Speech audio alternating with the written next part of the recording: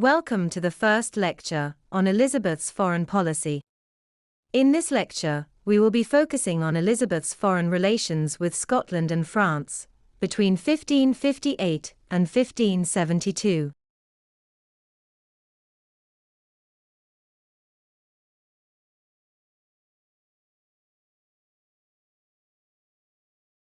This lecture will be split into 4 parts. In the first section, we will examine why France and Scotland posed an imminent threat at the start of Elizabeth's reign. We will then examine a stroke of luck that Elizabeth received in 1560, which significantly reduced the threat from Scotland and France. We will then examine Elizabeth's support for the French Protestants, known as Huguenots, during the 1560s. Finally, we will study the Treaty of Blois, which was a significant turning point in Anglo-French relations, as it provided a defensive alliance against the rising threat of Spain. Let's begin by examining why Scotland and France posed a significant threat at the start of Elizabeth's reign. The most significant reason was the presence of Mary, Queen of Scots, in the French court. In 1548, aged only 5 years old, Mary was transported from Scotland to France. This spelt the end of England's disastrous rough-wing policy, whereby both Henry VIII and Lord Somerset had used military might to try and coerce the Scots into signing a marriage agreement between the infant Mary and Edward VI. When Mary arrived at the French court, she was betrothed to the Dauphin, or heir to the throne, Francis. She was then raised by her mother Mary of Guise as a French princess. To make matters worse, Mary was Elizabeth's heir presumptive. This means she was Elizabeth's closest blood relative. This is because of the marriage between Henry VIII's sister Margaret to James IV of Scotland. As a result, both Elizabeth and Mary were great-granddaughters of Henry VII, and so were second cousins. Mary made her claim to the English throne public in 1559, and the French troops that arrived in Scotland used Mary's heraldry alongside the English royal heraldry in order for her to stake her claim. In 1558, there was an unknown number of Catholics who would have preferred a foreign Catholic queen than an English queen. Furthermore, at the end of Mary's reign, England lost Calais following a surprise attack led by the Duke of Guise. This meant that England no longer had a foothold in continental France, and so left England more vulnerable to attack. Now only 20 miles of sea separated France from the closest English port of Dover, and further along the coast, the Isle of Wight was an easy island to conquer. In April 1559, a huge treaty called the Peace of Cato Cambrisi ended the long-lasting Italian wars, sometimes known as the Habsburg-Valois conflict, that had spanned for over 50 years. During the final year of this conflict, England had been in a dynastic alliance with Spain through Mary and Philip's marriage. The main focus of the meeting was to settle the disputed territories between the two major powers of France and Spain. However, as part of this, Elizabeth granted the Pale of Calais to France for a period of 8 years. Elizabeth hoped that maintaining good relations with France at this stage, she might at some point be able to negotiate the return of Calais, which had been a territory of the English crown for centuries. In July 1559, the King of France, Henri II, died following a sudden jousting accident. This meant his 15-year-old son became Francis II, and Mary became the Queen Consort of France. Elizabeth had only been on the throne for less than a year, and the Elizabethan settlement was still being rolled out across the country. This means the new Anglican faith was not embedded across the country, and so there was an unknown amount of support for a French Catholic claimant. The plot to conquer England was organized by the Guise faction. These were the staunchly Catholic faction at the French court. The most important figures were Mary's mother, Mary of Guise, and her maternal uncle, the Duke of Guise. Mary of Guise was based in Scotland, and as the Dowager Queen had acted as regent. However, in recent years, she had suffered conflict with Protestants in the Scottish government, known as the Lord's Congregation. They saw the ascension of the young Francis II as the opportune moment for Mary to stake her claim to the English throne. Added to this, let us not forget that England shared a land border with Scotland. This meant that Elizabeth faced the threat of war on two fronts. This led to the Spanish ambassador reporting at the time that the French king was bestriding the realm, having one foot in Scotland and the other on Calais. As a result, war with both Scotland and France became an inevitability, and Elizabeth was unable to consolidate her position on the throne until this threat had been dealt with. Having said this, we should not underestimate the amount of support that Elizabeth received as the rightful heir to the throne. The majority of the English public had welcomed her as queen, and even the moderate Catholics preferred to see Elizabeth on the throne than a Scottish queen, who was more or less French. This is especially the case since any children Mary was to bear with Francis would become her heirs, and the last thing most Englishmen wanted was a repeat of the Norman conquest whereby the English became vassals of the French. Let's now examine why the threat from France and Scotland was significantly reduced through a series of chance events. In the summer of 1559, the Guise faction sent troops to garrison key forts in Scotland with the intention of a land invasion over the Anglo-Scottish border. However, the Scottish government resisted French presence. This is because during Mary's absence from Scotland, they had undergone their own Protestant Reformation, and so the Lord's Congregation resisted Catholic French rule. John Knox, the de facto leader of Scotland, called for support from Elizabeth. At first, Elizabeth was very reluctant to send troops to the Scottish border. She did not wish to escalate the conflict, and she knew that England was not in a financial position to launch an aggressive campaign against both France and Scotland.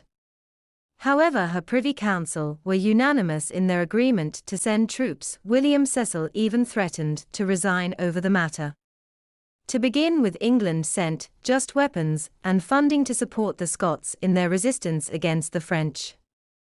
However, in February 1560 she signed the Treaty of Berwick, which pledged troops to support the Lord's Congregation in their resistance of French occupation. She then sent the navy to Edinburgh, with the intent of blocking the French from sending troops.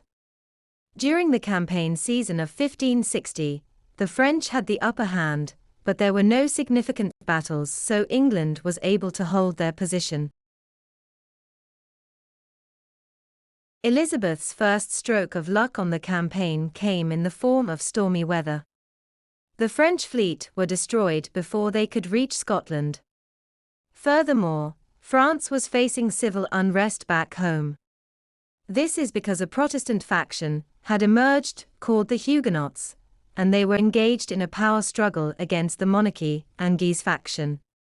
As such, the French decided to prioritize domestic problems. Leith was a fort to the north of Edinburgh that had been occupied by the French since 1548, when Mary left for the French court. The English fleet held Leith under siege from February 1560, and this siege lasted through until June. At this point, there was another stroke of luck. Mary of Guise died suddenly. This crumpled the resolve of the French soldiers, who were holding out inside Leith, and they called for a week's truce. This gave the English the opportunity to sue for peace. In July 1560, the Treaty of Edinburgh was signed between representatives of France, England and the new Protestant Scottish government. It agreed to the withdrawal of both English and French troops from Scotland and allowed for Scotland to settle their own affairs. This treaty ended the old alliance that had existed for centuries, because France remained a staunchly Catholic nation, while Scotland rejected papal authority and established the Presbyterian Church. This is something we will examine later, when discussing the Puritan threat in England. Needless to say, the Scottish Reformation moved the country in a much more Protestant direction than the Anglican Church. There was one final stroke of luck for Elizabeth, which came when Francis II died in December 1560 from an ear infection.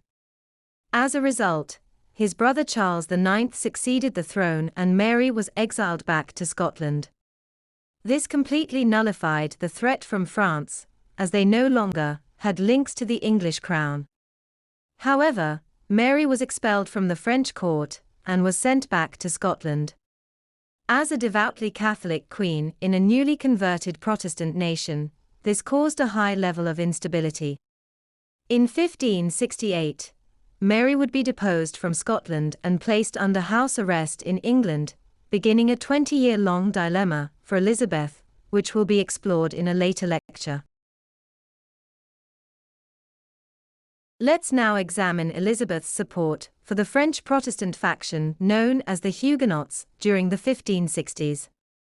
Approximately 10% of the French population had converted to the Protestant faith. They mainly followed the teachings of a French theologian called John Calvin, and by the 1560s there was a noble faction that wished to see France convert to a Calvinist form of the Protestant faith. Following the death of Francis II, Henry IX succeeded the throne aged only 10 years old. This meant France was governed by a regency, with Catherine de' Medici, the king's mother, acting as regent. However, this change in the power dynamics bolstered the Duke of Guise's position, and he engaged in a campaign against the Huguenots. During the 1560s, the Duke of Guise was determined to quash the Huguenot faction. 1562, he committed a massacre of Huguenots who were worshipping in a barn in a village called Vassy, which was a known Huguenot stronghold. Between 50 and 300 people were killed, including women and children. This massacre began the Wars of Religion in France, which was a civil war that spanned from 1562 and 1598. The massacre of Vassy sparked a dilemma for Elizabeth and her Privy Council. Ever cautious, Elizabeth was reluctant to pledge any more than moral and financial support to the Huguenots since England could not afford another war with France. However, her Privy Council, especially William Cecil, felt differently. They believed that the Guise faction should not be allowed to win the religious conflict in France. If they gained power, then they could form a Catholic alliance with Spain, and this would make a Catholic crusade over to England a credible threat. By funding the Huguenot cause, Cecil hoped to contain the Guise threat, and also support the spread of Protestant ideas across France. Elizabeth was finally swayed to support the Huguenots. She did this with the Treaty of Hampton Court, signed in September 1562. This pledged 3,000 troops and £30,000 to a military campaign.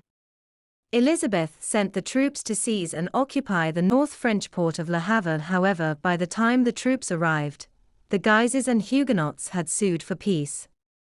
In a poor diplomatic move, Elizabeth refused initially withdraw troops from Le Havre, in the hope of negotiating the return of Calais.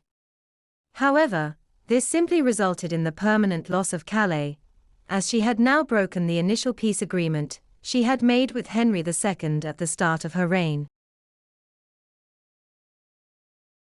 Let's now examine the defensive alliance that was formed between France and England with the signing of the Treaty of Blois in 1572. During the late 1560s, relations with France gradually improved, while simultaneously England's relationship with Spain declined. Throughout this decade, Elizabeth was funding privateers to attack and raid Spanish ships.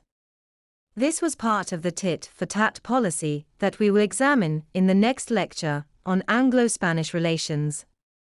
France also had reasons to form a defensive alliance with Spain, since they feared the rising threat of the Habsburg dynasty, especially given their increased presence in the Netherlands, which neighbored France to the north. The Treaty of Blois was signed in April 1572 between Elizabeth and Catherine de' Medici. The treaty meant that Elizabeth had to fully relinquish her claim to Calais and, by extension, the English monarchy's historical claim to territories in northern France that had been the driving force behind her father's foreign policy. In return, France had to agree to not interfere with Scottish affairs and relinquish the old alliance. The treaty was designed to isolate the Habsburgs from European politics and to hopefully then curb their advance into the Netherlands. However, only 4 months after the Treaty of Blois was signed, there was a major atrocity performed against the Huguenots.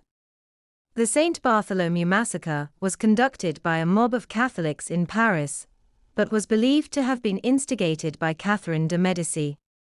It began on the evening before the feast of Saint Bartholomew, but the violence quickly spread across France, lasting several weeks. In total, up to 30,000 Huguenots were killed. The Saint Bartholomew massacre could have seriously damaged the new Anglo-French alliance, especially since leading members of the French court were implicated. However, Elizabeth valued this alliance greatly, and in the 1570s she withdrew her support for the Huguenots.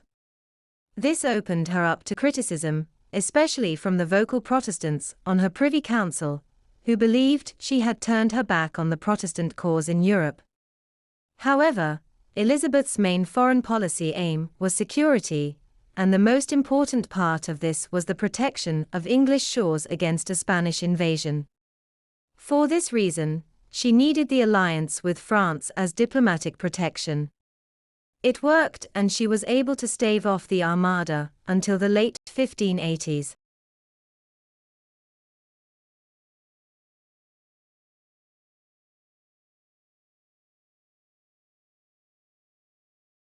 Let's now return to our overarching question of to what extent did France and Scotland pose a threat to Elizabeth's reign from 1558 to 1572. Elizabeth faced a significant threat from the old alliance of France and Scotland in the first 2 years of her reign.